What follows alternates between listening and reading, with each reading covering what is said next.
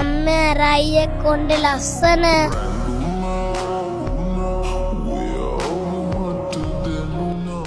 ඊයා මෙන්න මේ වරෙන් කුඩුකාරයෙක් වෙන්නේ නැති.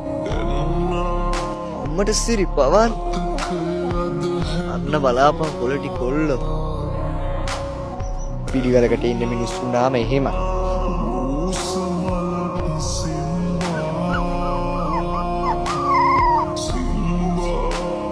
ඕක නවත්තපන්.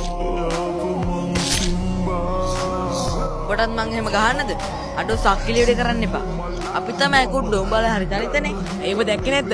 ඌ මට විකන්න පැන්න. අනේ බල්ලෝ සක්කිලි වැඩ කරන්න එපා. ආයිත් අහිංසක සතෙක්ට අතක් හරි තියලා තිබ්බොත් ඔගේ හතර හන්දි කඩනවා. මෙතනම තියලා මෙතනම.